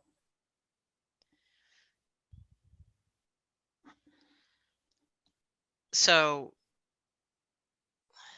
this is the fun part of doing this. Suggestions on the next, the process to kind of get them to actually, figure out how to get that money. As opposed to sitting there and doing another 30 partials and not having any leverage to get the COC and the as-built all reviewed and so forth. Right. It's been a decade. What happens if we send them another letter asking to do it again? It all comes down to, at a certain point, if we don't give partial COCs, that's when something's going to happen. Yeah. You would hope that someone would be active and say, hey, if we don't do this, it all depends upon how the association or the whatever they have set up.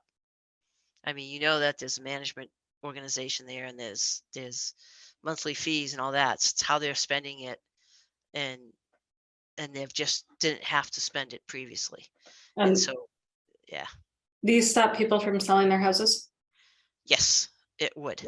So if we send another letter a decade later and people are trying to sell their houses now, does that encourage different behavior? Well, that's why I say you have to at some point stop Yeah. giving the COCs, the partial COCs. Yeah. Right. Sorry if these are dumb questions. I just want to. They're not. Right. They're yeah.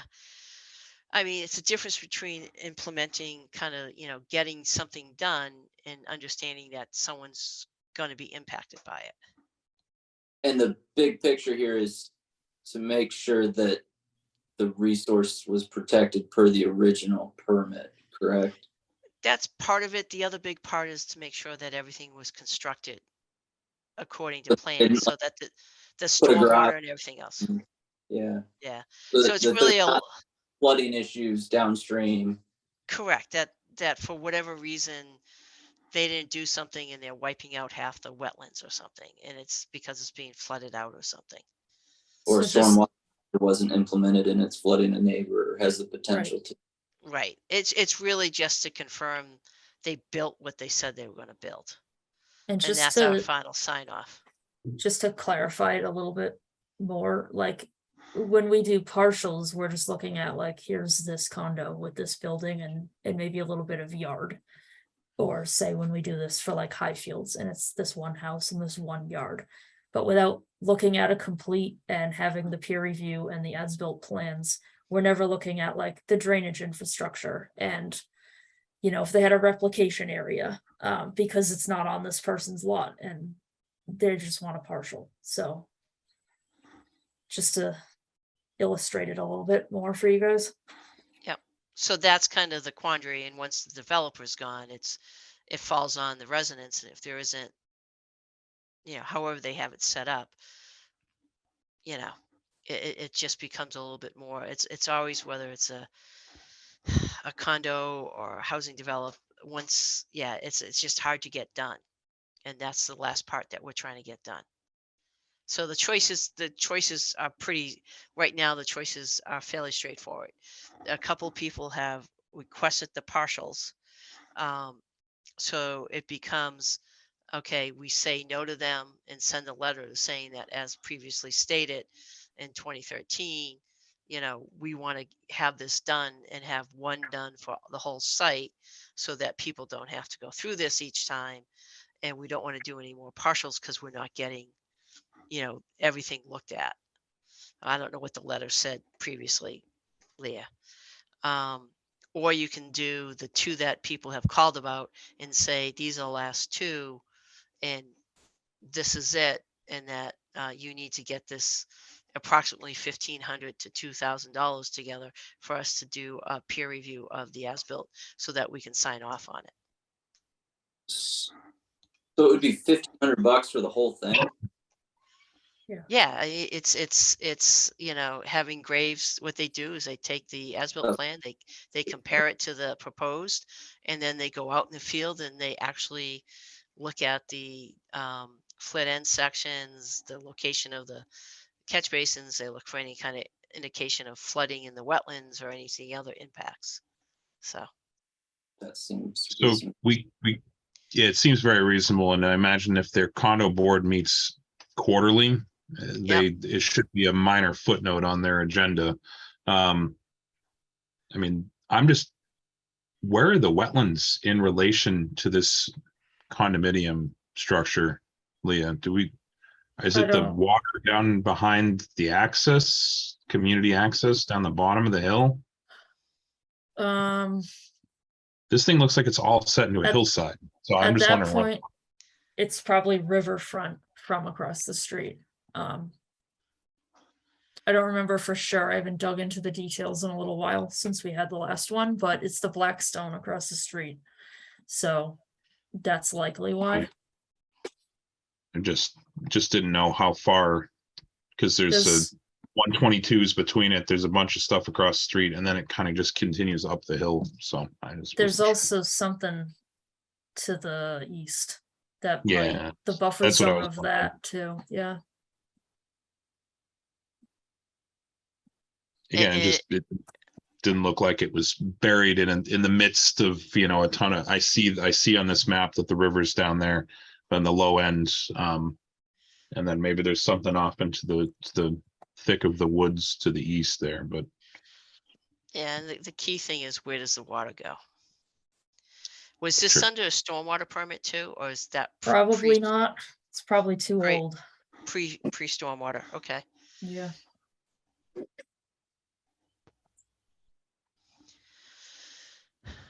So do I hear kind of opinion on kind of the tactic to kind of get them? I mean, it's not big money, but it's just getting them to act on it is the big thing. Do we do this for other condominiums? Good question. So I know like Highfield, the developer's still involved and they're actually going through to clean it up, right, Leah? Correct. Yep.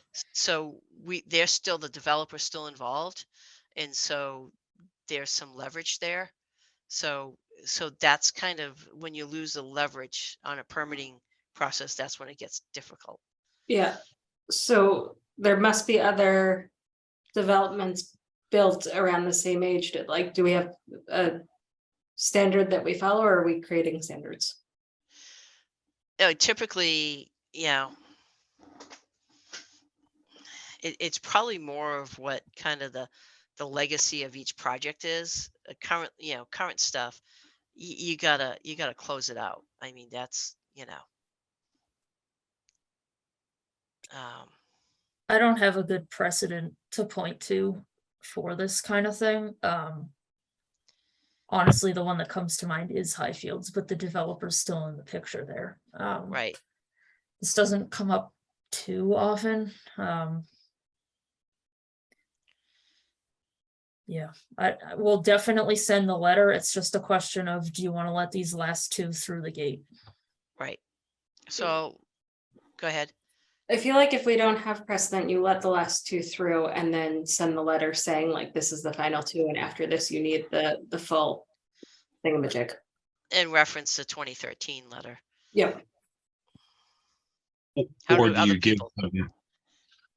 So my only thought was, again, we have these two that are kind of in queue, but if there's another group of people that are like imminently trying to put their house in the market and they're going to want to sell, are they going to say, well, you just let those two through? Why are you cutting it off now? That's unfair to me. I'm a month late. Should we give them a little bit of a time frame to say within the next month or 2 months, or I don't know how, again, it sounds like yeah, the only problem with that is if people recognize that, and the next thing you know, we've got 20 partials Right. coming in. right. So, I mean, granted, the housing market out there is not wonderful right now, but the interest rates are not our friend at all. Right. But so again, but if I were trying to sell my house and I were in that situation and I had no clue about this, but I know that my neighbor just sold his house and nothing happened, and then I got stopped and I talked to Bill and he got passed through, like, I'm just wondering if that would cause some uproar or not. Or that just forces them to get $1,500 together and then Then they you're don't trying have to to worry sell about it. stuff. Then no one has to go through that hassle of doing that. Then maybe that's maybe that we don't need a time allotment. Maybe it's just we let the last two through so it's not holding that process up, and then we say in big bold letters, like, you need to get this done. Here's the basics of the process, or here's whatever help we can offer to kickstart it with the condo committee. Yeah, and we have. I agree with you about. Yeah. So yeah, so it looks like but Leah, do we have those requests for COCs in our hands? No. No. No, it's inquiries from people. I can't remember the older one. Jan might remember that one better than I do, but the more recent one was an attorney who helped one of the partials we did issue at that time before we found this set of meeting minutes, and now is talking to another client who's getting ready to sell. And they're like, hey, I heard that maybe I can't get this now, but I got one for this other person before. And I was like, let me figure it out and I'll get back to you. Well, at some point, the letter has to be sent to say, this previous letter was sent in 2013. This is nothing has whenever it was sent, and nothing has been done since then. We hear that there are people that are looking to do additional partials, and we're trying not to do them. So you need to take care of this. Yeah, so we Because just draw the just line send now. yeah, just send a letter, send it like that and see what Okay. comes back. Because at some point we'll have to do that. That doesn't mean, you know, something else doesn't happen, but at some point they have to move on it. Well, if they come up with the money, what's the time frame for getting one of these done? I was just about to go there too. I would say it's a schedule of graves. Depending on their schedule, you're talking a few weeks, Okay, a month. so it's not like if they come up with the money, it's gonna be 6 months before we can get this done. No, And then they no, can't sell their house for that long. no, not at all. Okay. Not at all. I would, Probably Leah, a month. Okay. yeah, Because we're also moving to once a month meetings as of June. So right. if they got us the money tomorrow, we could probably be wrapping it up at our June meeting. So it also gives them, we're trying to be proactive in this and not reactive, and Yeah. send the letter, and then we'll have to deal with whatever comes up after that. Okay.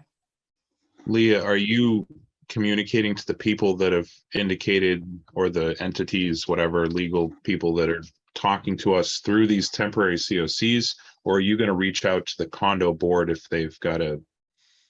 I'll Like, try to I'm go just wondering- right to the board, or I think it was said a trust or something before, but I have the letter that was sent in 2013, so I'll just pull off of that and go right to those people and maybe CC these attorneys just so they Right. also know that. Yeah. But yeah, I would try to go to the top people. Get an update on the fee to do it. Just to make sure it hasn't changed. Yeah, I confirmed Yeah, that with that's Jeff about a right. month ago and it hasn't changed. Okay, well then that's good. Then you can use that. Yep.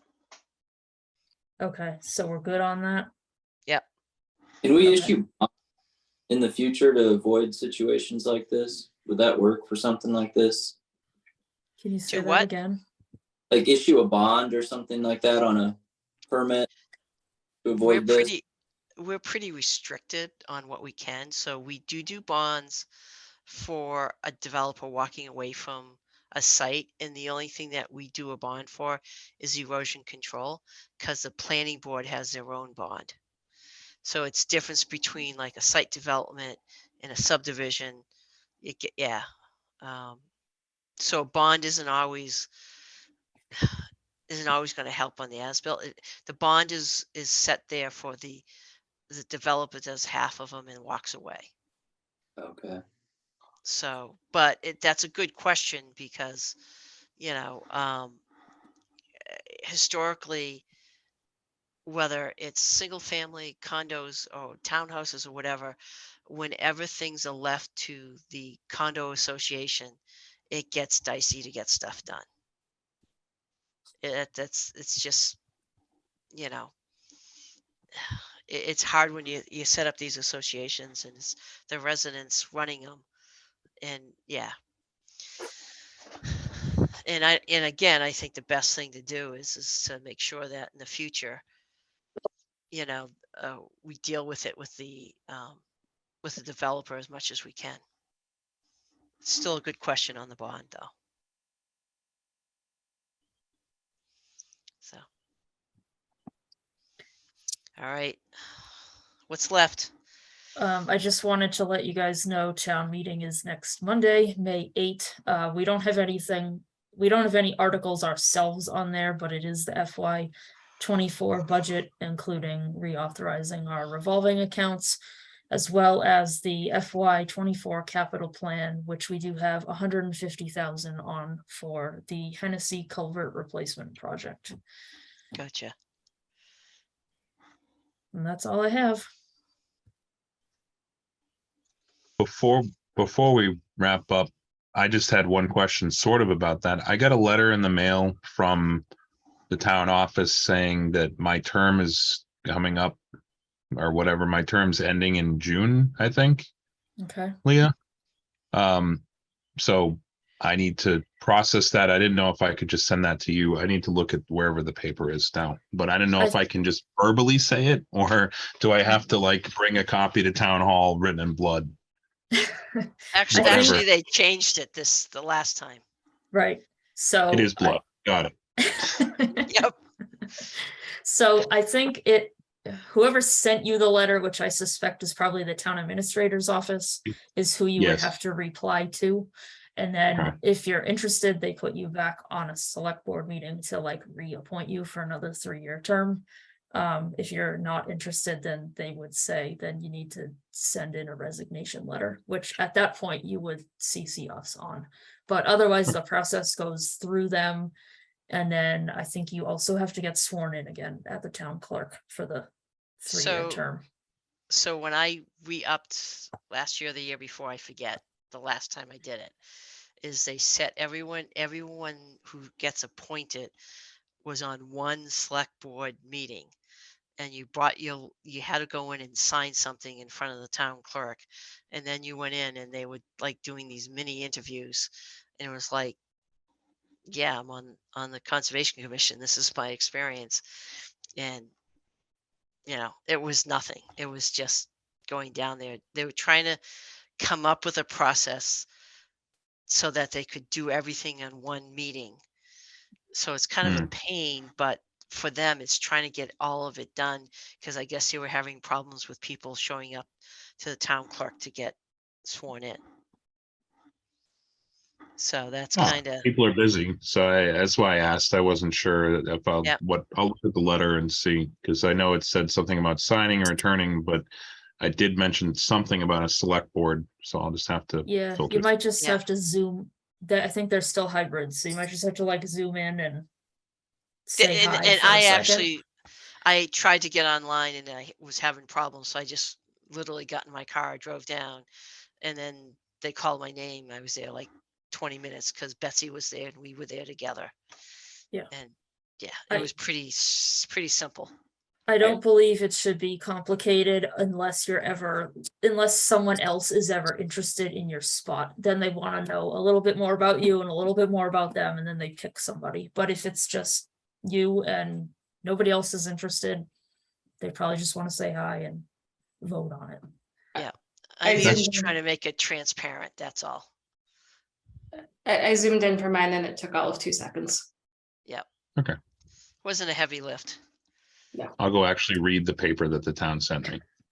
Okay. And Thank you. I'm just hearing here, Jonathan, that you're gonna sign up and do it again. That was my plan, unless they're gonna make me like duel to the death with whoever else is trying to, come into the conscom. We've been trying to find people, as I'm so glad to have Emily aboard. It's exciting to have a new face and someone to mix into the meeting. So, but it's. Let me tell you, I don't think people are beating down the door like, hey, I No. want into the conscom here. So if I showed up and there was another person there, I'd be going like, have fun. bye. No, I'm Yeah. very interested in re-upping and Okay. my schedule. Don't make Jan and I cry. Come on. So Probably more aimed at Sandy than at me. They'd be like, my job. We need Sandy. no, Speaking we're of all important. terms, did I take over someone's term? Because my letter said the 3-year term ends in 2025, and I didn't know if that was bad math or. I if think It- I think it is because you're finishing out somebody's 3 years, and then Okay. at that point, then you get a fresh 3 years. Okay. You don't realize this. You'll be retiring on this commission. That's fine. I need to do something. I live here. I might as well. No, that's cool. No, it's you will learn a tremendous amount. I mean, I'm not, because I don't have kids. I don't get into the community as much as like other people with families and stuff. That's my So- child behind me. And the name, I forgot to ask that. He's smudgy. He's a 60-pound Bernedoodle. Okay, Smudgy, great name. Yep. And so for me, it's my way to kind of give back a little bit, be involved without, being super involved. So, Yep. okay, all good. Anything else, Leah? Are we? Well, I don't want to keep everyone, but can you give me like a 30-second answer to what is freeboard? Oh, okay. So, So typically when you're doing calculations, right? And say with that little culvert, right? My guess is even a really big storm, you're gonna have about an inch of flow. So when I say like 12 inches of freeboard, that means that's extra capacity that if something happened, if it built up, there was someplace to go. A lot of times you'll see in a detention basin, a lot of towns will say you need 12 inches of freeboard. And all you're doing is the factor of safety. So if you do your calculation and it says it's going to, reach 99, you put the top of the basin at 100, you have 12 inches or 1 foot of freeboard. So it's Okay. more about calculations than anything else. So typically, just from an engineering standpoint, you typically create extra capacity. And on drainage, when you have something of extra capacity at the top, you call it freeboard. Okay, So yeah, that's kind of like, yeah, thank you. no problem. That's the easy stuff. I work in So- construction and I didn't know that one either. That's a helpful thing to understand. Yeah, and it's funny depending upon where you are, and like because we do a lot of work down in New Jersey. I always have to be careful what words I use because a lot of it's very regional. So people call different things different. It's like catch basins versus inlet versus it's like you just have to learn whatever the local jargon is. But in this part of the world, we call it freeboard. So. If you call it loam or loam, like, there's a battle over if it's loam or it's loam. It's topsoil if you're from the Or Midwest topsoil. like me. Yep. No, it It's is not like it loam is. or loam. Yep, it is topsoil, and then the difference between dirt and dirt and soil. Everyone, and it's very regionalized. I can watch if I'm watching. This is really geeky and nerdy, but when I'm watching a movie and it's supposed to be in Boston, I look at the catch basins and I know it was not filmed in Boston because I can tell by the Wow. curb inlet whether it's built in, whether it's New England or the Northeast, S- or it's out on the West Coast. Do you Or use it's that filmed when in you have to Canada. do icebreaker games for like 2 truths and a lie? You need to work that in there. But it's it's very regional and stuff. So, but anyways, When my neighbor said she had lumens delivered, I was like, why did you have a sewing thing on your front lawn? It took a very long time for me to know what she was talking about. so are you originally from these parts? Are you transplanted? No, I grew up in New York, Okay, upstate. on Long Island. I went to college upstate New York. Oh, okay. Yeah, my sister lived on Long Island for years because her husband was from Long Island. So I made many trips to Long Island. So whether you're mid-island out on the end. Mid Island. I grew up in Huntington. Okay, they were in Port Jeff. I'm not a years. Yankees fan since I see the Red Sox on behind you. That's okay. That's it. So, all right. So welcome, Emily. Glad you Thank could you. join us. If you have any questions, both Jan and Lee are a great resource. The rest of the commission is happy to help. There's a lot of training available to you through MACC. So, ask the questions. I saw that. I will sign up now that I've been officially sworn in. Oh, good. I'll let the folks know at MACC. I'm on the board there. So they have a lot of really good stuff. So, Awesome. oh, good. I All right. look forward to learning all about it, and I hope I don't screw anything up in the process. No, you're here, and as I tell people all the time, we're volunteers, and we're trying to follow the rules and be fair and transparent. And if you don't like it, that's fine. You can volunteer to do this. That's kind of my take on things. We're trying to make government work. That's all we're trying to do. Yeah. So, all right. Anything else? One more motion. Oh, Motion to adjourn. there we go. Second. Second. All All right. right. We're gonna have a little battle here for seconds here. So roll call vote. Travis, you're on the big picture. Yes. Emily, Yes. Jonathan, Yes. I am also a yes. Nice to have a full crew again.